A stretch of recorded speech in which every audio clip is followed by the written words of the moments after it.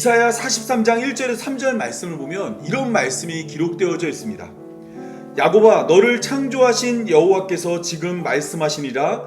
이스라엘아, 너를 지으신 이가 말씀하시니라. 너는 두려워하지 말라. 내가 너를 구속하였고 내가 너를 지명하여 불렀나니 너는 내 것이라.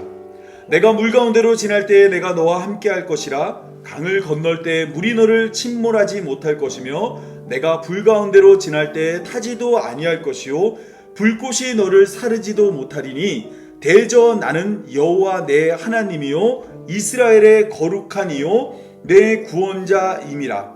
내가 애굽을 너의 속량물로 구스와 스바를 너를 대신하여 주었노라. 아멘. 물과 불 가운데서도 우리와 함께 하시는 주님을 함께 찬양하며 경배하길 원합니다. 우리의 피난처요 구원이신 하나님을 다 같이 예배하도록 하겠습니다. 제가 기도하겠습니다.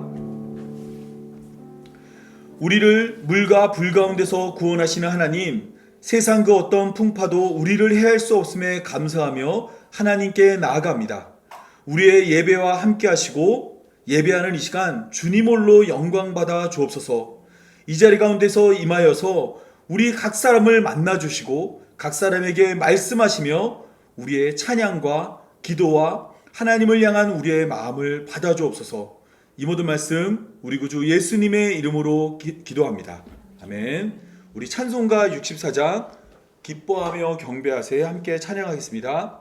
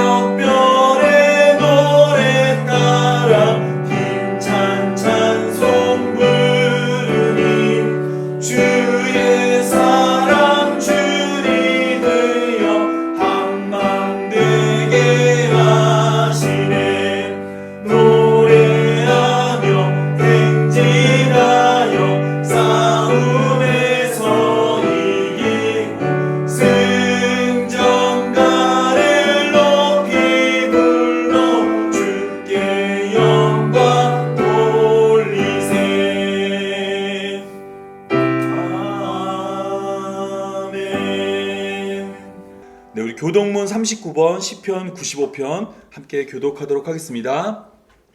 오라 우리가 여호와께 노래하며 우리의 구원의 반석을 향하여 즐거이 외치자. 우리가 감사함으로 그 앞에 나아가며 신을 지어 즐거이 그를 노래하자. 여호와는 크신 하나님이시오 모든 신들보다 크신 왕이시기 때문이다. 땅의 깊은 곳에 그의 손안에 있으며 산들의 높은 곳도 그의 것이로다. 바다도 그의 것이라 그가 만드셨고 육지도 그의 손이 지으셨도다. 오라 우리가 굽혀 경배하며 우리를 지으신 여호와 앞에 무릎을 꿇자. 다 같이 읽겠습니다. 그는 우리의 하나님이시오 우리는 그가 기르시는 백성이며 그의 손이 돌보시는 양이기 때문이라. 아멘. 우리 찬송가 406장 고난내용은 편의실 곡과 함께 찬양하겠습니다.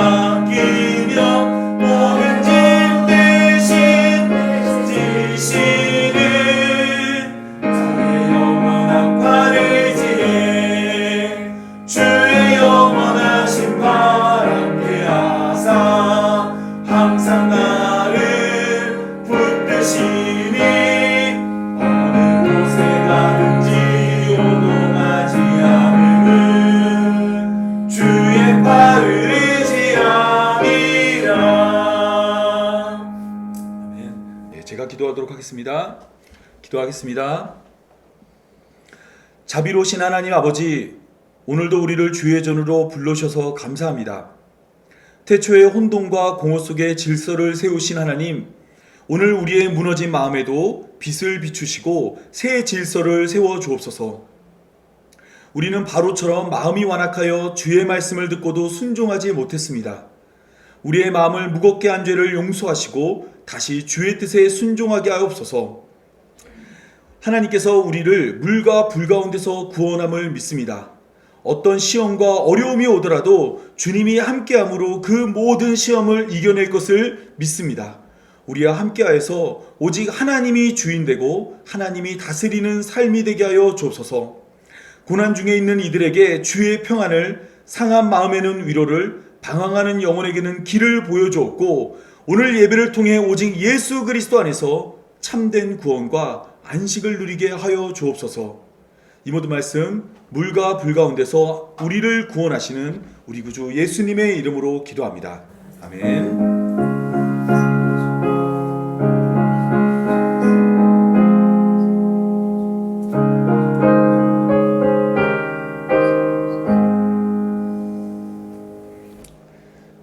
같이 하나님 말씀 보도록 하겠습니다. 다 같이 보시는 하나님 말씀은 출애굽기 9장 13절부터 35절까지 말씀입니다. 이 말씀이 좀 긴데요. 이 내용들이 어떤 내용이냐면 10가지 재앙을 하나님이 애굽에 내리고 있고 이번에는 7번째 재앙을 하나님이 애굽에 내리고 있습니다.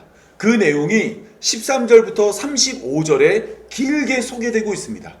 여러분, 이 내용을 우리 하나하나 생각하면서 한 절 한 절 교독하도록 하겠습니다. 여호와께서 모세에게 이르되 아침에 일찍이 일어나 바로 앞에 서서 그에게 이르기를 히브리 사람의 하나님 여호와의 말씀에 내 백성을 보내라. 그들이 나를 섬길 것이니라. 내가 이번에는 모든 재앙을 너와 내 신하와 내 백성에게 내려 온 천하에 나와 같은 자가 없음을 내게 알게 하리라. 내가 손을 펴서 돌림병으로 너와 내 백성을 쳤더라면 내가 세상에서 끊어졌을 것이나 내가 너를 세웠음은 나의 능력을 내게 보이고 내 이름을 온 천하에 전파되게 하려 하였습니다. 내가 여전히 내 백성 앞에 교만하여 그들을 보내지 아니하느냐.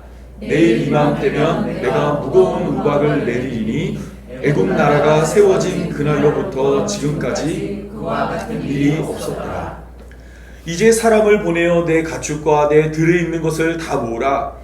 사람이나 짐승이나 무릇 들에 있어서 집에 돌아오지 않는 것들에게는 우박이 그 위에 내리리니 그것들이 죽으리라 하셨다라 하시니라.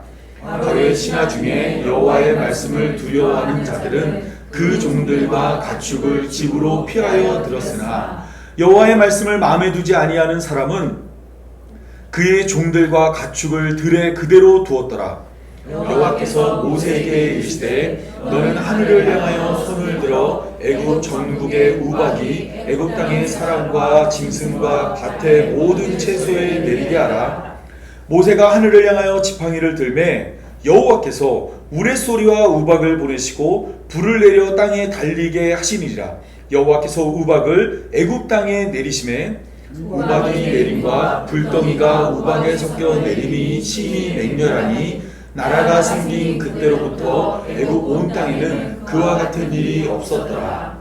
우박이 애굽 온 땅에서 사람과 짐승을 막론하고 밭에 있는 모든 것을 쳤으며 우박이 또 밭의 모든 채소를 치고 들의 모든 나무를 꺾었으되 이스라엘 자손들이 있는 그곳 고센 땅에는 우박이 없었더라. 바로가 사람을 보내어 모세와 아론을 불러 그들에게 이르되 이번은 내가 범죄하였노라. 여호와는 의로우시고 나와 나의 백성은 악하도다. 여호와께 구하여 이 우레소리와 우박을 그만 그치게 하라. 내가 너희를 보내리니 너희가 다시는 머물지 아니하리라. 모세가 그에게 이르되 내가 성에서 나가서 곧 내 손을 여호와를 향하여 펴리니 그리하면 우레소리가 그치고 우박이 다시 있지 아니할지라. 세상이 여호와께 속한 줄을 왕이 알리이다. 그러나 왕과 왕의 신하들이 여호와 하나님을 아직도 두려워하지 아니하는 줄을 내가 아나이다.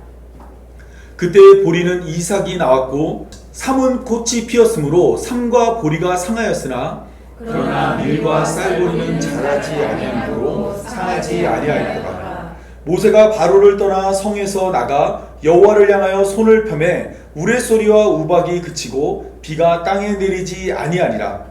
바로가 비와 우박과 우레소리가 그친 것을 보고 다시 범죄하여 마음을 완악하게 하니 그와 그의 신하가 똑같더라. 우리 다 같이 읽겠습니다. 바로의 마음이 완악하여 이스라엘 자손을 내보내지 아니하였으니 여호와께서 모세에게 말씀하신 것과 같더라. 아멘. 10가지 재앙은 3개의 재앙이 하나의 묶음이 돼서 세 묶음으로 소개되고 마지막에 10번째 재앙이 소개됩니다. 우리가 매번 설교를 나눌 때마다 말씀을 드렸죠. 그래서 아마 여기 있는 분들은 모두 10가지 재앙이 어떤 구조로 이루어졌는지 아실 겁니다. 그런데 이러한 구조가 또 똑같이 나타나는 곳이 있습니다. 혹시 떠오르는 곳이 있을까요? 3개의 묶음으로 소개되고 마지막에 한 묶음이 나오는 이야기가 있어요. 그것은 바로 천지 창조 이야기입니다. 하나님은 천지와 만물을 창조할 때 첫째 날, 둘째 날, 셋째 날을 하나로 묶었고 넷째 날, 다섯째 날, 여섯째 날을 하나로 묶은 다음에 마지막에 일곱째 날에 안식하였습니다. 이때 창조가 일어나기 이전의 상태를 창세기 1장 2절은 혼돈과 공허라고 표현을 했습니다. 여기서 혼돈이란 단어는 구조가 없다는 거예요. 그리고 공허라는 말은 비어있다라는 겁니다. 구조가 없다는 그 말에 대응하여 하나님은 첫째 날부터 셋째 날까지 이 세상에 구조를 만드십니다. 그래서 첫째 날에 빛을 만드심으로 낮과 밤이라는 구조가 생겨요. 그리고 둘째 날에는 하늘이라는 구조가 생기고 셋째 날에는 땅과 바다라는 구조가 생깁니다. 그리고 하나님은 공허라는 단어가 비어있다 그랬잖아요. 그 비어있는 공간을 넷째 날부터 여섯째 날에 하나하나 채워 넣습니다. 하나님이 낮과 밤을 만들었는데 거기에 해와 달과 별을 만드세요. 그리고 하늘에는 새, 바다에는 물고기를 만들고 땅에는 짐승과 사람을 만드십니다. 그리고 일곱째 날에 안식하심으로 천지와 만물의 창조가 완성이 되는 것입니다. 이러한 창조의 구조를 살펴보면 첫째 날부터 여섯째 날까지 이루어지는 이 창조는 두 개의 묶음이 된다 그랬잖아요. 세 개씩 묶여서 두 묶음인데 이 묶음들은 마지막에 있는 것들을 향해 흘러갑니다. 이 셋째 날이 첫 번째 묶음의 마지막인데 이 셋째 날에 하나님은 땅을 만드세요. 이 땅을 비추기 위해서 첫째 날 빛을 만드셨고 둘째 날은 땅을 덮고 있던 물을 위의 물과 아랫물로 나눴습니다. 그리고 아래에 있는 물을 한 곳으로 밀어서 묻이 드러나게 하는 창조를 한 거예요. 그러니까 첫 번째 묶음의 핵심은 뭐냐면 땅이 드러나는 겁니다. 그러면 두 번째 묶음의 마지막은 여섯째 날이고 이 여섯째 날에 하나님이 창조한 마지막 피조물은 사람입니다. 마찬가지로 두 번째 묶음의 이 하나님의 창조의 목적은 마지막에 창조된 사람에게 있습니다. 사람이 다스릴 이 많은 피조물들을 이 땅에 만들어 주었습니다. 그리고 난 후에 하나님은 안식함으로 이 창조가 마무리된 겁니다. 즉 창조라는 것은 이와 같은 구조로 구성이 되어 있어요. 땅이 드러나고 사람이 만들어지는 겁니다. 그렇다면 하나님의 심판은 어떻게 진행이 될까요? 하나님의 심판은 이것을 반대로 진행하는 모습으로 소개되고 있습니다. 이것을 디크리에이션이라고 하는데 창조가 역행하는 모습으로 나타나는 겁니다. 하나님이 노아 시대에 물심판을 이 땅에 내리십니다. 그 물심판이 진행되는 모습을 보면 천지 창조가 이루어졌던 그 과정을 정확히 역행하여 보여주고 있습니다. 창세기 7장 11절을 보면 이렇습니다. 노아가 600세 되던 해 둘째 달 곧 그 달 11의 날이라 그날에 큰 기품의 샘들이 터지며 하늘의 창문들이 열려 40주야 비가 땅에 쏟아졌습니다. 여기서 큰 기품의 샘들이라는 것은 아랫물이에요. 그리고 하늘의 창문들이 열렸다는 것은 위에물입니다. 위에물과 아랫물이 다시 합쳐진 거예요. 그러면 어떤 일이 벌어질까요? 이 땅이 온통 물로 뒤섞여져서 땅 위에 있는 모든 것이 다 죽게 되는 것입니다. 그것이 창세기 7장 21절에 나와 있는 홍수의 결과로 소개되는 거예요. 그 결과가 땅 위에 움직이는 생물이 다 죽으니 곧 새와 가축과 들짐승과 땅에 기는 모든 것과 모든 사람이 죽었다고 이야기합니다. 천지창조는 땅과 사람을 중심으로 흘러갔다 그랬잖아요. 그런데 하나님이 세상을 심판할 때는 땅과 사람을 죽이는 모습으로 소개되고 있는 것입니다. 그러면 불심판은 어떨까요? 불심판도 마찬가지로 땅과 사람이 사라지는 모습으로 나타납니다. 하나님은 소돔과 고모라의 부르짖음과 그 죄악이 심히 무거운 것을 확인하고 소돔과 고모라에 불을 내렸습니다. 유황과 불이 소돔과 고모라에 비같이 내려왔습니다. 그 성들과 온들과 성에 거주하는 모든 백성과 땅에 난 모든 것이 다 엎어져 멸하게 되었습니다. 마찬가지로 불심판이 임하자 땅이 다 멸하는 모습이 되었고, 그리고 그 위에 있는 사람이 다 죽게 되었다고 이야기하고 있는 것입니다.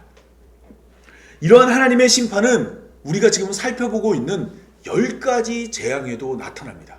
우리가 지난 시간 7번째 재앙의 본문이 너무 길어가지고 13절부터 16절까지의 말씀을 나눴거든요. 이 추석이 있어서 기억하시기가 어려울 수 있겠지만, 요때 어떤 내용을 나왔냐면, 하나님이 7번째 재앙을 모세를 통해 바로에게 말하라고 할 때 7번째 재앙만 아니라 앞으로 펼쳐질 모든 재앙에 대한 이야기를 하십니다. 그래서 14절 말씀을 보면, 내가 이번에는 모든 재앙을 너와 내 신하와 내 백성에게 내려 온 천하에 나와 같은 자가 없음을 내가 알게 할 것이라고 이야기했어요. 하나님께서는 이제 앞으로 7번째 재앙, 8번째 재앙, 9번째 재앙, 10번째 재앙을 애굽에 내릴 것입니다. 그런데 이 남아있는 재앙들을 면밀히 살펴보면 이 재앙들도 마찬가지로 물심판과 불심판의 구조를 똑같이 보여줍니다. 오늘 본문에 우리가 살펴볼 재앙은 우박이 하늘에서 떨어지는 거예요. 그리고 8번째 재앙은 메뚜기가 들에 있는 모든 곡식을 다 먹어 삼키는 겁니다. 하나님이 지금 땅을 공격하고 있는 거예요. 그리고 이 세상은 천지와 만물이 창조될 때 어떤 상태였죠? 땅이 혼돈하고 공허하며 이 세상에 빛이 없으므로 어떤 상태였죠? 흑암이었죠. 9번째 재앙으로 하나님이 애굽에 흑암을 명령하십니다. 그리고 천지 창조 때 하나님이 첫 번째로 이 땅에 사람을 만드셨죠. 첫 번째 생명을 만든 거예요. 그리고 사람만 아니라 천지 창조를 통해 이 땅에 처음 태어난 생명들이 많았죠. 10번째 재앙이 어떤 재앙이냐면 이 땅에 처음 난 모든 생명을 다 죽이는 겁니다. 짐승부터 사람까지 처음 난 것을 다 죽이는 거예요. 이것은 하나님께서 천지 창조라는 이 하나님이 하신 일을 비디오 테이프를 되감듯이 역으로 되감는 겁니다. 땅을 다시 혼돈하고 공허하게 만들며 흑암으로 만든 다음에 그곳에 있는 모든 처음 난 생명을 다 앗아가시는 거예요. 이것이 바로 하나님이 행하시는 심판의 모습이고 심판의 구조입니다. 여러분, 그렇다면 너무 절망스럽겠죠. 근데 우리가 앞으로 계속 살펴보겠지만 이 다음에 하나님이 하시는 일이 뭐냐면 이스라엘 백성들을 이끌고 나와서 어떤 일을 하죠? 홍해를 가르죠. 다시 위의 물과 아랫물을 가르고 땅을 드러내는 그 일을 통해서 하나님이 새 창조를 시작하는 구조를 이 출애굽기가 계속해서 우리에게 소개하고 있는 것입니다. 오늘 본문은 이러한 하나님의 역창조, 디크리에이션을 보여주는데 그 첫 번째 이야기로 7번째 심판을 소개하고 있습니다. 하나님이 7번째 심판을 하는데 이때 하나님이 하시는 심판은 무거운 우박을 애굽에 내리는 겁니다. 여기서 무겁다라는 단어는 어떤 단어이냐면 이 카베드라는 히브리어인데 이 단어는 바로의 마음이 완악하다고 할 때 그 완악함을 표현하는 단어도 역시 카베드입니다. 바로가 그의 마음을 무겁게 해서 하나님의 뜻을 따르지 않았습니다. 지금 6번이나 따르지 않았죠. 그러자 하나님께서 어떻게 하셨냐면 이번에는 카베드와 똑같은 무거운 우박을 보내서 애굽을 심판하겠다고 말했습니다. 여기서 말하는 우박은 돌처럼 딱딱해진 물을 의미합니다. 이 히브리어로는 바라드란 단어인데 이 단어는 에벤이라는 돌을 의미하는 히브리어와 다른 단어예요. 그러니까 우박이 떨어졌다는 것은 돌이 떨어진 게 아니라 이 바라드라는 단어를 의미하는 바라드라는 단어가 의미하는 이 얼음 결정체가 떨어진 겁니다. 이게 어떤 의미냐면요. 하나님이 원래 이 세상을 물로 다시는 심판하지 않겠다고 말했죠. 그런데 하나님이 이번에는 물을 얼린 물보다 강한 얼음을 이 땅에 내려서 이 땅을 심판하겠다고 말씀하고 있는 것입니다.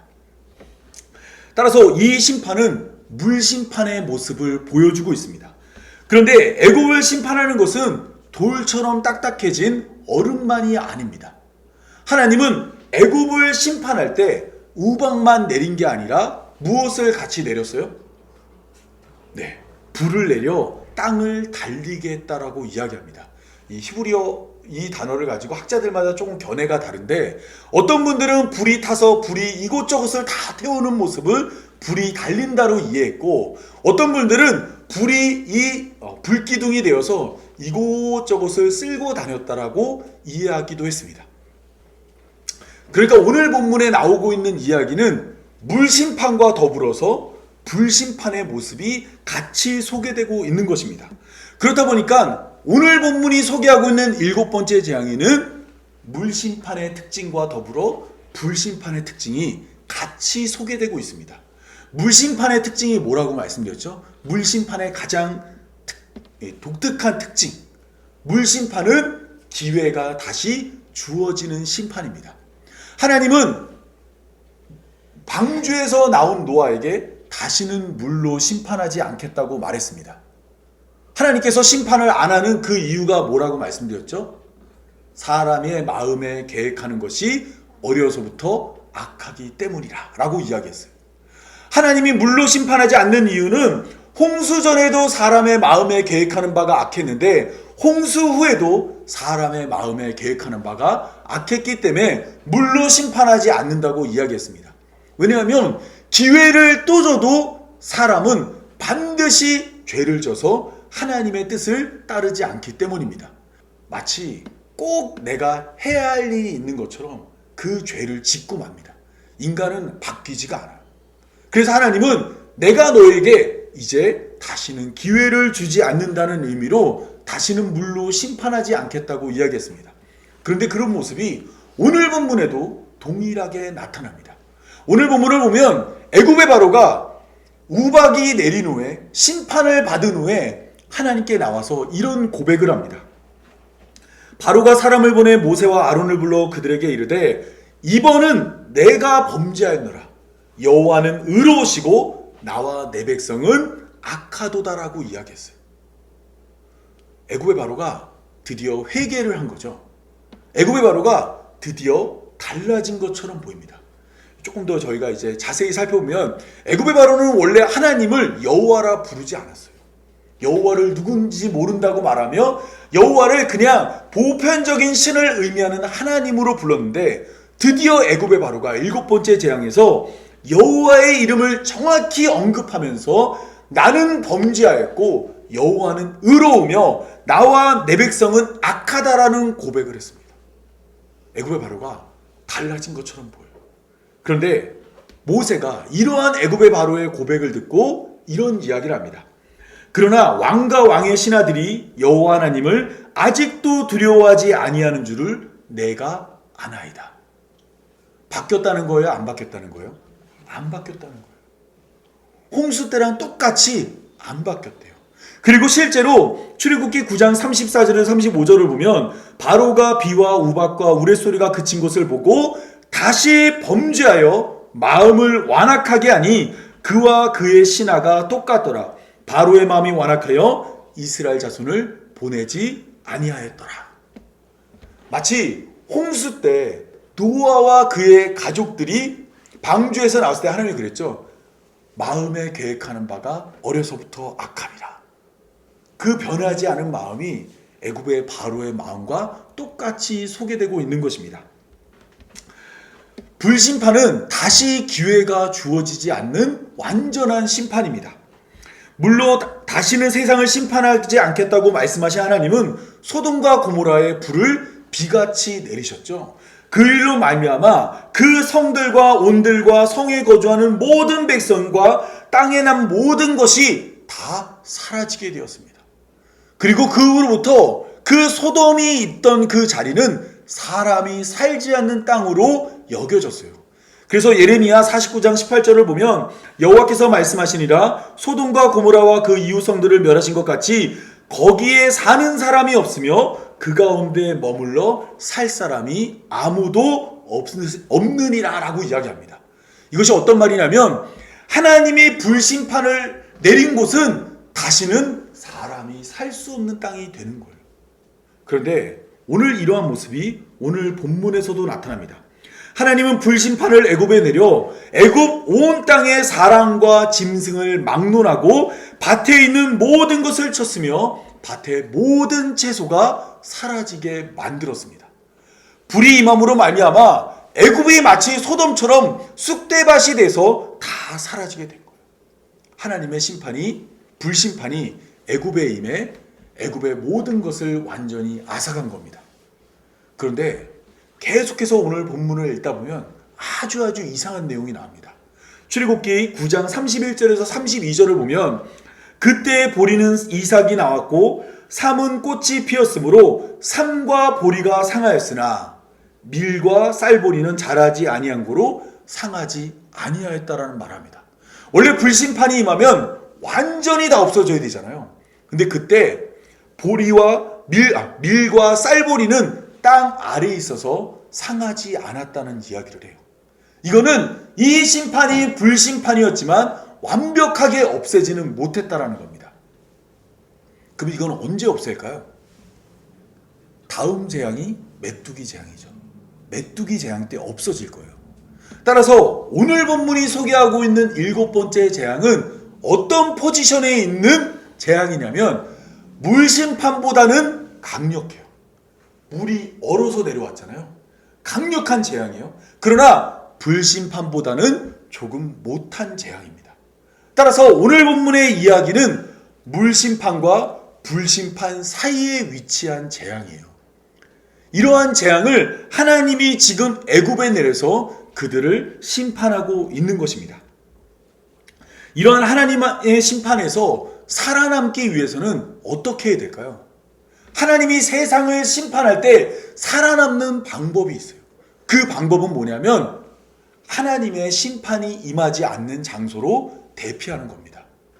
하나님은 물심판이 임했을 때 모든 생물을 다 죽였지만 방주에 피신했던 노아와 그의 가족 그리고 많은 생물들은 그곳에서 생명을 얻게 했습니다.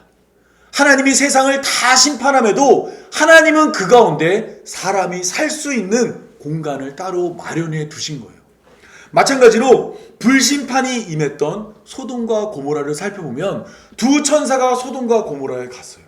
그리고 롯이 안 나오려고 하니까 어떻게 했죠? 두 천사가 강제로 손잡고서 롯과 롯의 아내와 롯의 두 딸을 데리고 소돔에서 데리고 나왔습니다. 그러고 난 다음에 롯에게 이렇게 이야기합니다. 도망하여 생명을 보존하라. 돌아보거나 들에 머물지 말고 산으로 도망하여 멸망함을 면하라. 어디에 머물지 말라 그랬어요? 왜 들에 머물지 말라 그랬을까요? 당시에 소돔은 어떤 곳이냐면 전 세계에서 가장 해수면이 낮은 곳이에요. 그 그 사해 근처에 있는 곳이거든요. 그러니까 가장 낮은 곳에 있거든요. 근데 당시에 하나님은 어디 계시다고 이해되었죠? 하늘. 그러면 이 세상에서 하나님하고 가장 거리가 먼 곳이 어디였냐면 소돔이에요. 소돔. 그리고 들에 머문다는 것은 여전히 소돔과 같은 위치에 머문다라는 겁니다. 그래서 천사는 롯과 롯의 가족들이 어디로 도망해야 된다고 이야기를 했죠? 산으로. 왜 산일까요? 그렇죠. 산은 하늘에 계신 하나님과 가까운 곳이니까 그곳으로 도망가라고 이야기했습니다. 그 이야기를 들었으면 롯은 어떻게 해야 될까요? 아이고 알겠습니다 하고 빨리 산으로 도망쳐야 돼요. 그런데 롯은 그러지 않았습니다. 롯은 두 천사를 향해서 이렇게 이야기합니다. 내 주여 그리 마옵소서. 주의 종이 주께 은혜를 입었고 주께서 큰 인자를 내게 베푸사 내 생명을 구원하시오나 내가 도망하여 산까지 갈 수 없나이다. 두렵건대 재앙을 만나 죽을까 하나이다. 나는 가다가 죽을지 모르니까 산까지 못 가겠다는 거예요. 그러면서 롯이 두 천사에게 제안을 합니다. 어떤 제안을 하냐면 보소서 저 성읍은 작은 성읍이 아니니까 작기도 하오니 나를 그곳으로 도망하게 하소서. 이는 작은 성읍이니까 내 생명이 보존된다라는 이야기를 해요. 지금 여기서 계속 강조하고 있는 내용이 뭐죠? 롯이? 그 성은 어떤 성이라는 거예요? 작은 성. 작은 성이니까 나를 저기로 보내달라고 이야기했습니다. 이 성의 이름이 뭐냐면 바로 소알입니다. 소알이라는 성읍으로 나를 보내달라고 롯이 이야기했어요. 롯은 왜 소알이라는 곳으로 자신을 보내달라고 말했을까요? 창세기 13장 10절을 보면 아브라함과 헤어지게 된 롯은 눈을 들어서 요단 동편을 바라봤어요. 그랬더니 소알까지 물이 넉넉한 것을 보았습니다. 그러니까 어떤 것이냐면 소알은 그가 볼 때 물이 많아서 살기 좋은 땅이에요. 소돔이 하나님의 심판을 받을 죄악된 도시여서 끄집어냈는데 롯은 또다시 선택을 하는데 어디를 선택하냐면 살기 좋은 땅을 선택해서 나를 저곳으로 보내달라고 이야기했습니다. 여러분, 그런데 소알은 어떤 땅이냐면 창세기 14장에서 그돌라오멜이라는 왕이 소돔과 고모라와 그 동네에 있는 땅을 쳐들어왔을 때 소알은 소돔과 고모라와 힘을 합쳐서 그돌라오멜과 전쟁을 했던 소돔과 고모라와 동맹국이에요. 동맹국이라는 것은 어떤 의미죠? 똑같은 나라라는 겁니다. 크기만 작을 뿐이지 그곳 역시 하나님께 심판을 받을 죄악된 도시였던 것입니다. 때문에 롯은 그 성에 들어갔을 때 그것을 깨닫습니다. 그래서 창세기 19장 30절을 보면 롯이 소알에 거주하기를 두려워하여 두 딸과 함께 소알에서 나옵니다. 막상 가봤더니 그곳에서의 삶이 어때요? 소돔하고 똑같은 거예요. 그래서 어떻게 되냐면 산속으로 올라가서 굴에 거주하게 됩니다. 여러분, 당시에 산속 굴이라는 것은 어떤 의미냐면요, 유대인들에게는 무덤을 굴을 사용했거든요. 결국 롯은 스스로 어디로 가게 된 거예요? 무덤 속에 들어가는 인생이 된 겁니다. 아브라함과 함께 있을 때는 가나안 땅의 넓은 땅에 있었죠. 그런데 그는 더 많은 것을 누리고 더 많은 것을 가지고 싶었어요. 그래서 아브라함을 떠나기로 결정했고 그는 아브라함이 있던 것보다 조금 작은 소돔이라는 곳으로 갔다가 소돔보다 작은 소알로 갔고 소알보다 작은 나중에는 어디로 가요? 산속 굴로 가면서 그의 삶이 마감되는 모습이 나타났습니다. 여러분, 이처럼 우리들의 인생이 더 나은 곳을 향해 쫓아가다 보면 이러한 결과를 맞이하게 됩니다. 하나님의 뜻이 아니라 내가 더 살기 좋고 내가 더 누릴 수 있고 내가 더 즐길 수 있는 곳으로 걸음을 옮기는 자들은 결국 그의 삶의 거처가 작아지다가 결국 다 잃고 산속 굴에 갇히는 인생으로 마무리되는 것입니다. 오늘 본문에도 하나님은 물심판과 불심판이 임할 때 피할 수 있는 방법을 알려줍니다. 그 방법이 출애굽기 9장 19절에 나옵니다. 이제 사람을 보내어 내 가축과 내 들에 있는 것들을 다 모으라. 사람이나 짐승이나 무릇 들에 있어서 집에 돌아오지 않는 것들에는 우박이 그 위에 내리리니 그것들이 죽으리라. 일곱 번째 재앙의 특이한 점은 하나님이 재앙이 일어날 것을 이스라엘 백성에게만 말해주는 것이 아니라 애굽 사람에게도 말해줘요. 그러면 애굽 사람들은 이미 6번의 하나님의 재앙을 경험했죠. 그러면 하나님이 7번째 재앙으로 애굽 들에다가 우박 내린다는 소식을 들었어요. 어떻게 행동해야 될까요? 그 우박을 피하기 위해서 집에다가 가축과 사람을 넣어야 됩니다. 그런데 여호와의 말씀을 두려워하는 자들은 그렇게 했지만 여호와의 말씀을 마음에 두지 않은 사람들은 그의 종들과 가축을 들에 그대로 두었습니다. 그리고 그렇게 함으로 말미암아 그의 종들과 가축들이 다 죽게 된 거예요. 여러분, 여기에서 중요한 점은 누가 심판을 받은 거예요? 누가 구원을 받고 누가 심판을 받는 그 기준이 오늘 본문에서 뭐로 소개되고 있죠? 여호와의 말씀. 하나님의 말씀을 들었던 자는 생명을 건질 수 있지만 하나님의 말씀을 마음에 두지 않은 자는 결국 다 말해줘도 그 심판을 피하지 못한다는 겁니다. 성경은 분명 하나님의 은혜로 구원받는다고 말을 하고 있고 오직 예수님의 보혈로 우리의 죄를 덮어서 구원하겠다고 말하지만 여전히 많은 사람들이 여호와의 말씀을 마음에 두지 않으므로 자기 뜻과 자기 생각과 자기 의를 의지하여 구원에 이르려고 합니다. 마찬가지로 성경은 분명히 마지막 날이 온다고 이야기하고 있어요. 그런데 사람들은 여호와의 말씀을 마음에 두지 않으므로 마치 노아가 방주에 올라타 비가 쏟아지기 전까지도 의를 전파했음에도 사람들이 듣지 않은 것처럼 분명히 듣지 않을 것입니다. 그러나 성경은 분명히 이야기하죠. 하나님이 약속한 예수님이 그 약속대로 이 땅에 오신 것처럼 예수님이 올라간 모습 그대로 다시 오신다고 약속해 줬어요. 그러면 이러한 심판의 날도 반드시 우리에게 임하실 것입니다. 그 약속대로 예수님이 이 땅에 오실 때 분명히 우리를 심판하고 우리를 구원하실 것입니다. 여러분, 그렇다면 우리는 예수님이 다시 오셔서 우리를 심판하시려 할 때 어디로 피신해야 할까요? 오늘 우리가 예배를 시작하면서 읽었던 이사야 43장 1절에서 3절 말씀은 이렇게 기록되어져 있습니다. 야곱아, 너를 창조하신 여호와께서 지금 말씀하시니라. 이스라엘아, 너를 지으신 이가 말씀하시니라. 너는 두려워하지 말라.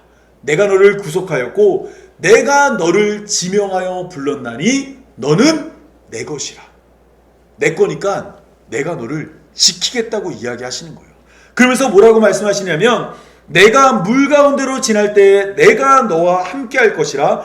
강을 건널 때에 물이 너를 침몰하지 못할 것이며 내가 불 가운데로 지날 때에 타지도 아니할 것이요 불꽃이 너를 사르지도 못하리니 걱정하지 말라는 거예요.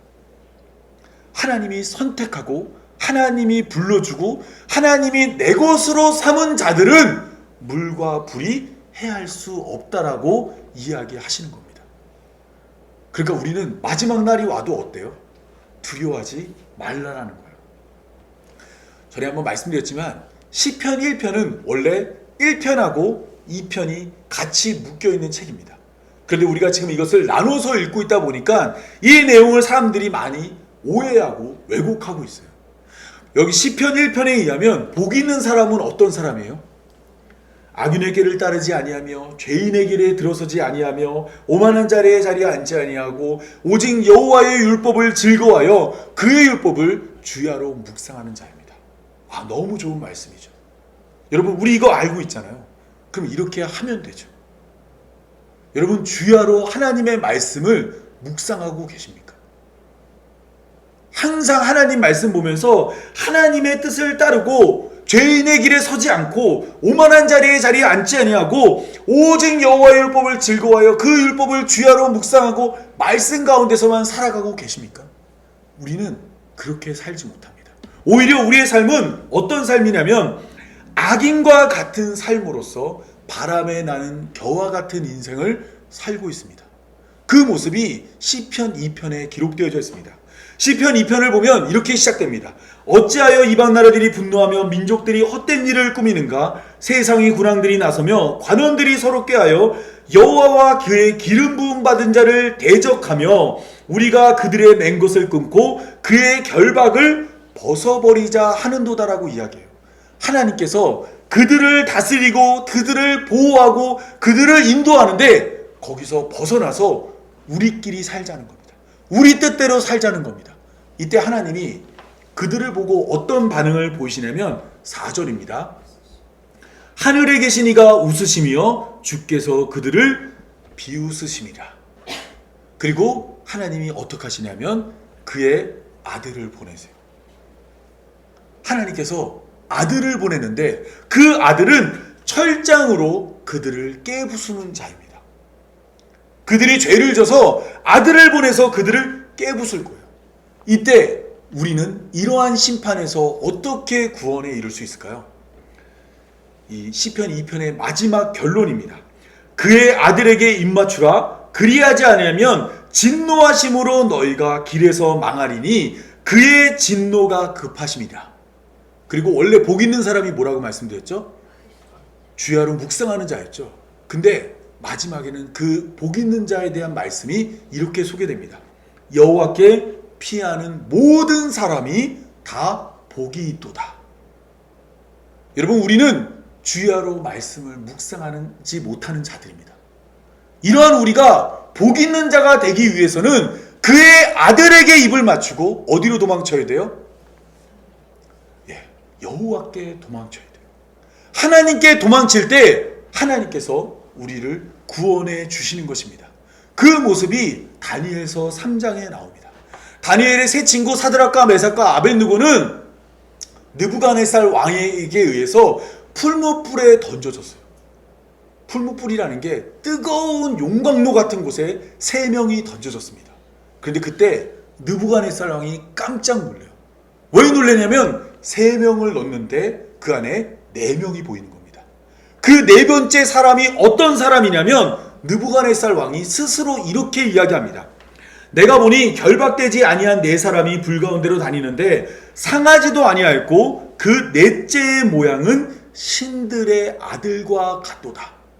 신의 아들이 사드락과 메삭과 아벳느고와 함께 하니까 그들이 뜨거운 불 가운데서도 타지 않는 안전하게 보호되는 모습이 나타난 겁니다.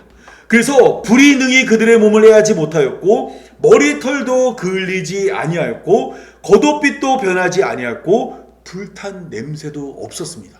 누구와 함께 하니까 이렇게 된 거예요? 신의 아들 예수 그리스도와 함께 할 때 불심판은 그들에게 임하지 아니하는 겁니다.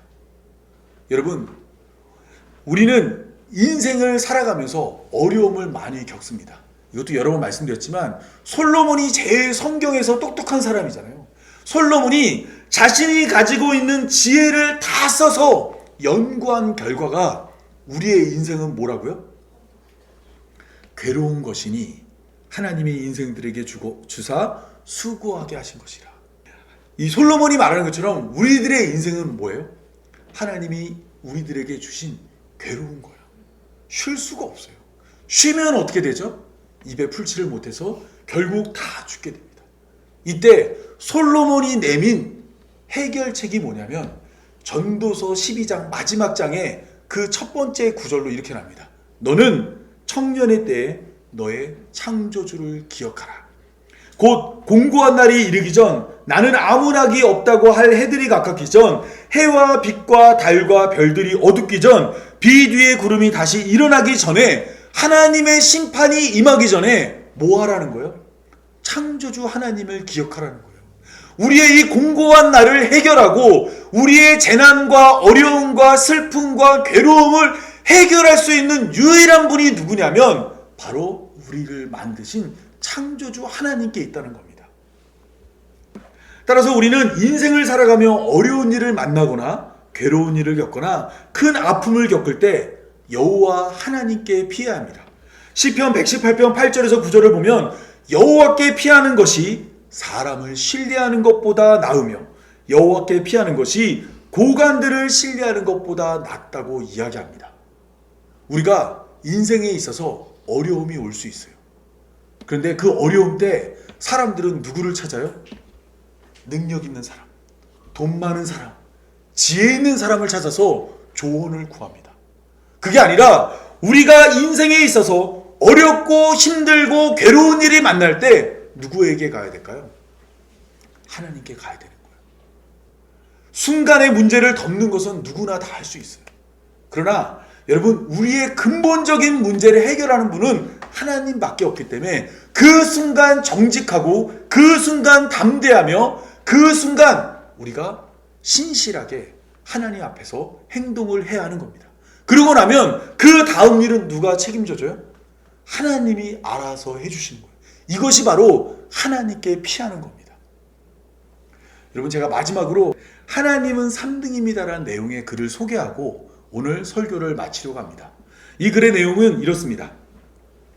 하나님은 3등입니다.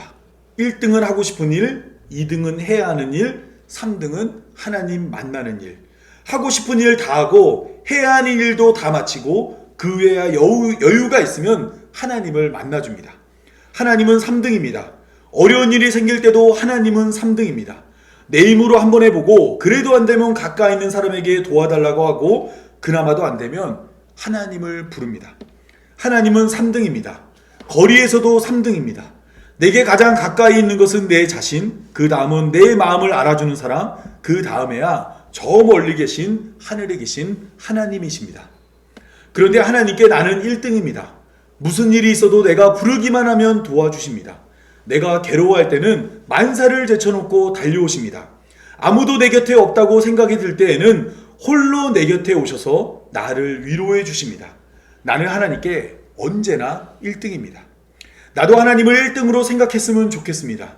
만사를 제쳐놓고 만나고 작은 고비 때마다 손을 꼭 잡은 내게 1등으로 가까이 계신 하나님이셨으면 좋겠습니다. 나를 1등 삼으신 하나님을 우리 모두가 1등으로 모시고 살게 되었으면 좋겠습니다. 여러분, 저도 이 글을 볼 때마다 마음이 너무 찔리더라고요.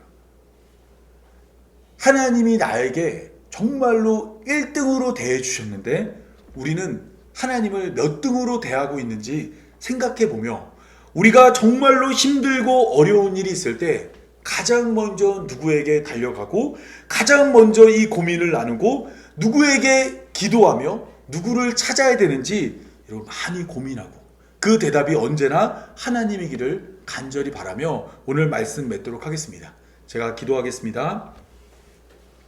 사랑의 하나님, 오늘도 말씀을 통해 우리의 마음을 깨우시고 하나님의 뜻을 알게 하신 감사합니다. 들은 말씀을 잊지 않게 하시고 우리의 삶 속에서 하나님을 1등 삼는 교회로 부름받은 성도 되게 하여 주옵소서. 연약한 믿음을 붙들고 무거운 마음에는 평안을, 흔들리는 자에게는 담대함을 허락하여 주옵소서.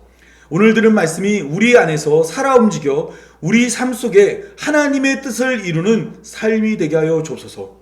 이 모든 말씀 우리 구주 예수님의 이름으로 기도합니다. 아멘. 우리 찬송가 70상 우리 가사를 생각하며 함께 찬양하도록 하겠습니다.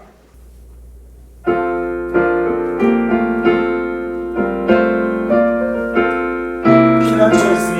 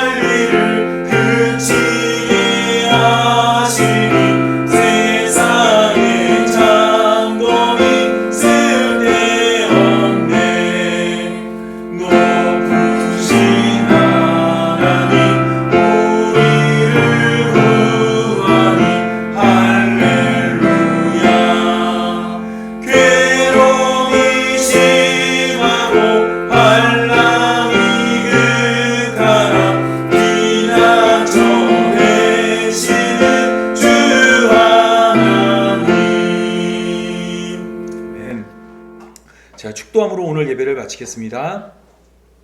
이제는 우리 주 예수 그리스도의 은혜와 하나님의 사랑과 성령의 인도하심이 하나님께로 피하기로 결정한 성도들과 이제부터 영원토록 함께 있기를 간절히 축원하옵나이다.